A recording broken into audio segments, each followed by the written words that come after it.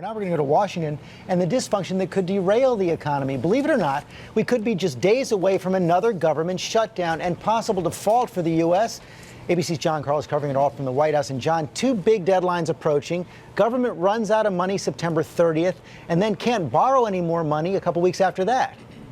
That's right, George, and it is a real mess. House Republicans are set today to finally pass a bill that would temporarily fund the government just until December, but that it includes a provision that says that no money can be spent on the president's health care bill ever. That has 0% chance of passing in the Senate. That puts us right back to square one with a government shutdown set in just over a week. And George, remember, this is just a temporary funding bill. It's the first big thing. We also, as you mentioned, have coming up whether or not the government will continue to be able to borrow money. That could put the government at risk of default, and there is no solution on the horizon for that one. And the consequences of government shutdown, bad. Consequences of a default, catastrophic.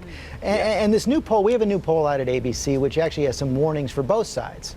It sure does. This is about the president's health care law, and it shows the law is still unpopular. A majority of the public doesn't like the way it's being implemented. Only barely a third approves of how it's being implemented. But George, our poll also shows that more unpopular than the president's health care law by far is the idea of shutting down the government to defund it.